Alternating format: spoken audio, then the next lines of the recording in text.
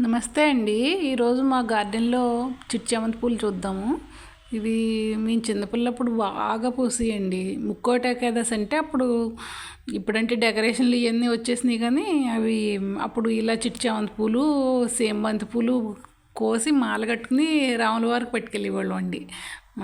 ఇప్పుడేమో అన్ని రకాల ఏ పూజకైనా డెకరేషన్లే వచ్చేసినాయి. అందరూ అది చేంజ్ చేసుకుంటున్నారు.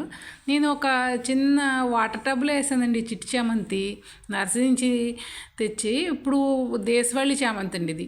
హైబ్రిడ్ చిట్టి చామంతి ఇంకా పెద్దగా వస్తుందండి. అసలు ఒరిజినల్ చిట్టి చామంతి ఇదేనమాట అండి. అది ఆ వాటర్ టబ్లో చూడండి అలా కొమ్మలు పెట్టేసేసి అసలు ఎంత బాగా పూసిందోనండి. నేనైతే బాగా పూసిందని అనుకుంటున్నాను. మరి మీరేమంటారో నాకు కామెంట్లో పెట్టండి.